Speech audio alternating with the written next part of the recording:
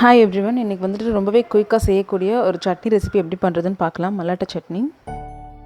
அதுக்கு நான் 1/2 கப் அளவுக்கு தேங்காய் வந்துட்டு இந்த மாதிரி கட் பண்ணி எடுத்துருக்கேன் பீசஸாக. இப்போ இந்த 1/2 கப் தேங்காயை வந்துட்டு நான் மிக்ஸி ஜாரில் சேர்த்துட்டு அது கூடவே ஒரு 4 பச்சை மிளகாய் சேர்த்துக்கிறேன் காரத்துக்கு.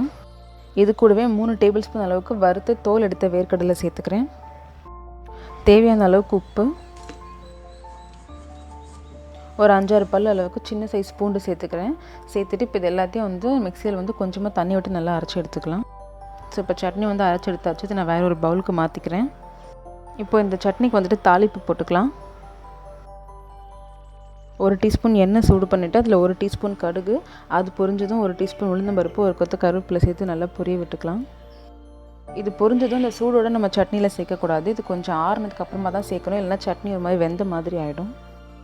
தாளிப்பு வந்து கொஞ்சம் ஆறுனதுக்கப்புறமா நான் சட்னியில் மிக்ஸ் பண்ணியிருக்கேன். இப்போ இதை வாட்டி நல்லா கலந்து விட்டு சர்வ் பண்ண வேண்டியது தான்.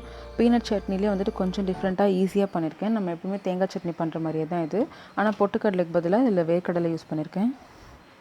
ரொம்பவே ஈஸி அண்ட் டேஸ்டியான ஒரு சைட் டிஷ் ரெசிபி. ட்ரை பண்ணி பாருங்கள். தேங்க்ஸ் ஃபார் வாட்சிங்.